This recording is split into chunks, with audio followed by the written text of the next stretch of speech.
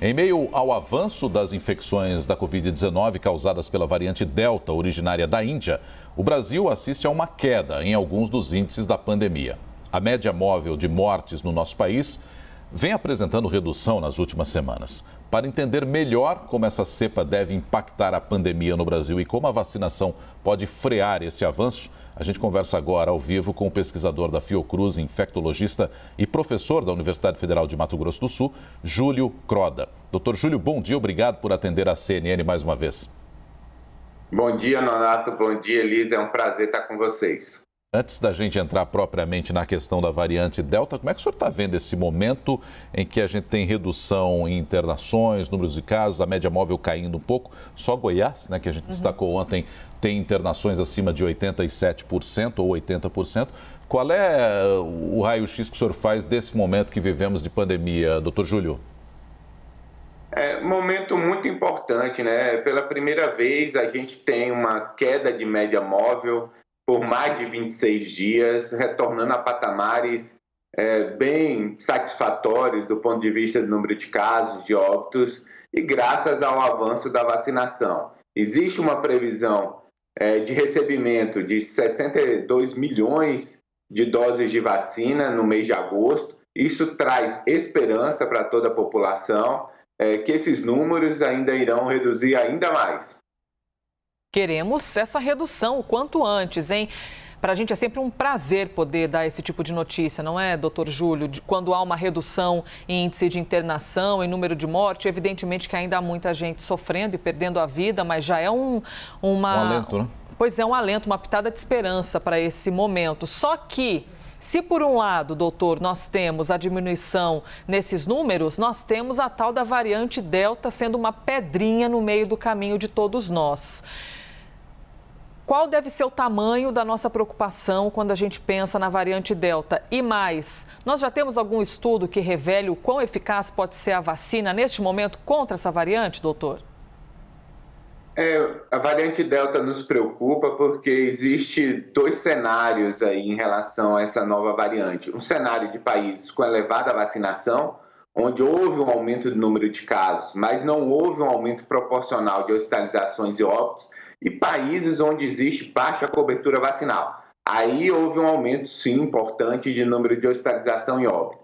Então, aí, quanto mais a gente avançar a vacinação, quanto menos tiver a transmissão da Delta aqui no Brasil, o cenário se torna melhor, mais controlável, e a gente tem que ficar atento, bastante atento. A gente já tem 136 casos confirmados. A gente não vê nenhum estado um aumento significativo do número de casos que indique que essa variante esteja circulando mais intensamente. Vamos continuar observando, vamos entender se tivesse aumento, talvez seja necessário medidas restritivas, principalmente para preservar o serviço de saúde, para evitar o colapso. E que nesse período a gente consiga avançar ainda mais com a vacinação.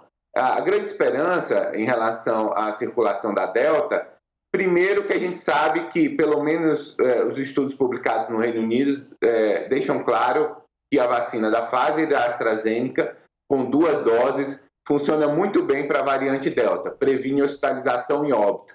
E segundo, que a gente está no momento que já vacinou todos os idosos e as pessoas com comorbidade, esse público que gera muita pressão no serviço de saúde.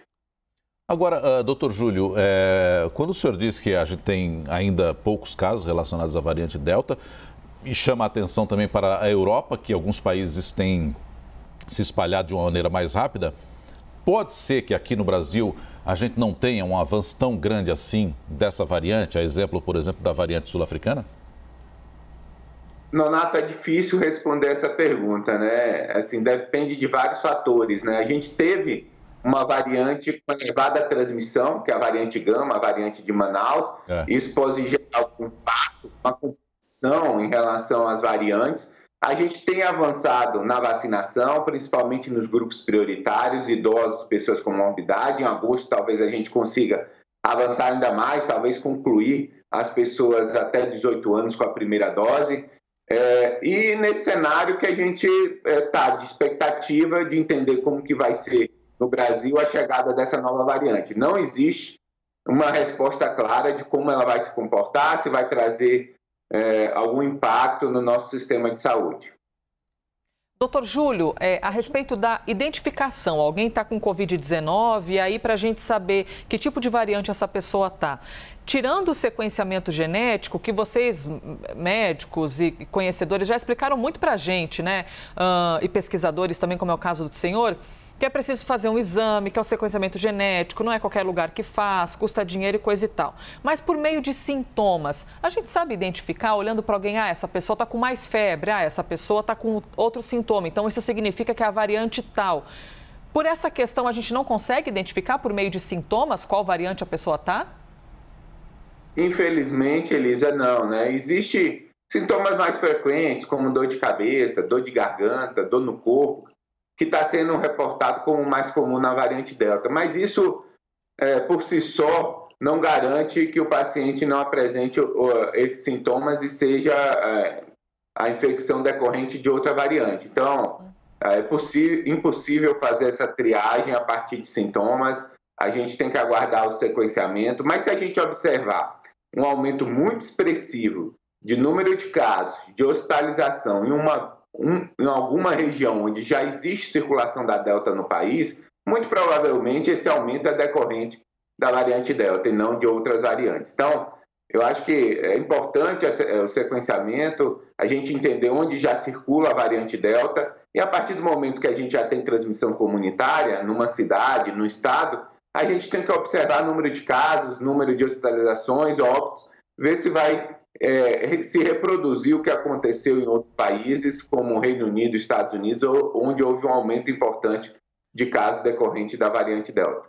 Nonato, desculpe interrompê-lo, só acrescentando mais uma questão em cima disso, doutor Júlio Croda. Desde o começo da pandemia, vocês explicavam para a gente que o baixo número de testes era um prejudicial para o país, porque a gente não consegue identificar exatamente onde tem mais casos, onde tem menos casos. Seria necessário que nós tivéssemos mais exames de sequenciamento genético para compreender mais o movimento de uma variante? O que a gente tem hoje é satisfatório? Elisa, não é satisfatório, a gente deveria ter mais sequenciamento, em todos os estados, por exemplo, deveria ter a capacidade de sequenciar um número expressivo de amostras para que a gente possa monitorar a chegada de novas variantes e entender se o futuro aumento é decorrente ou não dessas novas variantes. Medidas mais importantes de restrição se houver impacto no sistema de saúde. Doutor Júlio, uma outra preocupação em relação às vacinas. Todas essas que nós temos aqui, elas impedem casos graves dessa nova variante ou não? Nonato, esse é o principal objetivo da vacina, evitar hospitalização e óbito. Por enquanto, nenhum estudo demonstrou perda de eficácia ou de efetividade das vacinas em relação à nova variante. O que os estudos têm demonstrado mais recentemente, principalmente para a variante Gama, a variante brasileira e a variante Delta, é que é necessário as duas vacinas para garantir a proteção completa contra a doença. Então, existem 4 milhões de brasileiros que não retornaram para tomar a segunda dose. A gente faz um apelo para que essas pessoas retornem para garantir essa proteção adequada contra o Covid-19 e que a gente acelere a cobertura de segunda dose. Ainda está abaixo de 20%, a gente precisa chegar a pelo menos 80% da população vacinada com 2 doses. Doutor Júlio, e é curioso como a gente tem vivido ondas de amor e ódio com as vacinas, né? Primeira notícia que a vacina tal dá efeito colateral tal. As pessoas estão fugindo dessa vacina. Aí depois a notícia de que essa vacina é aceita em outros países. Então agora queremos essa vacina. É impressionante como criou-se, né, essa atmosfera de sommelier de vacina e todo mundo escolhendo vacina. Eu queria que o senhor pudesse nos explicar uma questão. Se as vacinas têm bases diferentes, como é que elas podem, mesmo tendo bases diferentes, né? Quando eu digo bases, o RNA mensageiro, o vírus inativado, como que na prática elas fazem o mesmo efeito? Eu lhe pergunto isso para a gente poder esclarecer para as pessoas que o resultado final é o mesmo, é o de proteção para as pessoas, mas que essas vacinas podem naturalmente vir de locais e desenvolvimentos diferentes. As vacinas estimulam a resposta imune de forma diferente, a depender da plataforma utilizada, a depender do adjuvante, que que é o produto químico que ajuda na resposta imune aquela proteína específica do vírus ou ao vírus inativado. Então, assim, apesar de plataformas diferentes induzir uma resposta imune de forma diferenciada, o que a gente observou ao longo das semanas e meses é que é necessário um nível muito menor de anticorpo neutralizante, de resposta imune, para proteger para os casos severos, hospitalização e óbito.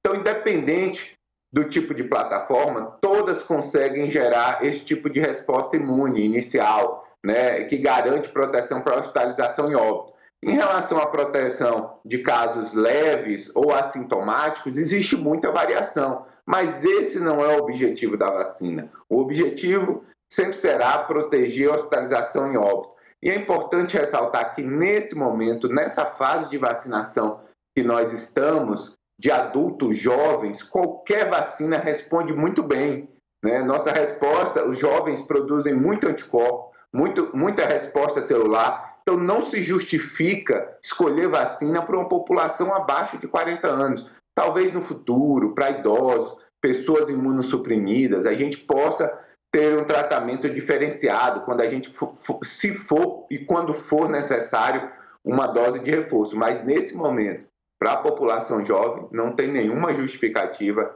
escolher uma vacina ou outra. Vou colocar uma pergunta aqui de quem nos acompanha, o Afonso Carnelosa. Ele pergunta se, com o surgimento de variantes, né, a gente já tem várias delas em circulação, isso já é um indicativo de que a gente vai precisar tomar vacina contra a Covid todos os anos, a exemplo do que ocorre com a gripe, doutor Júlio?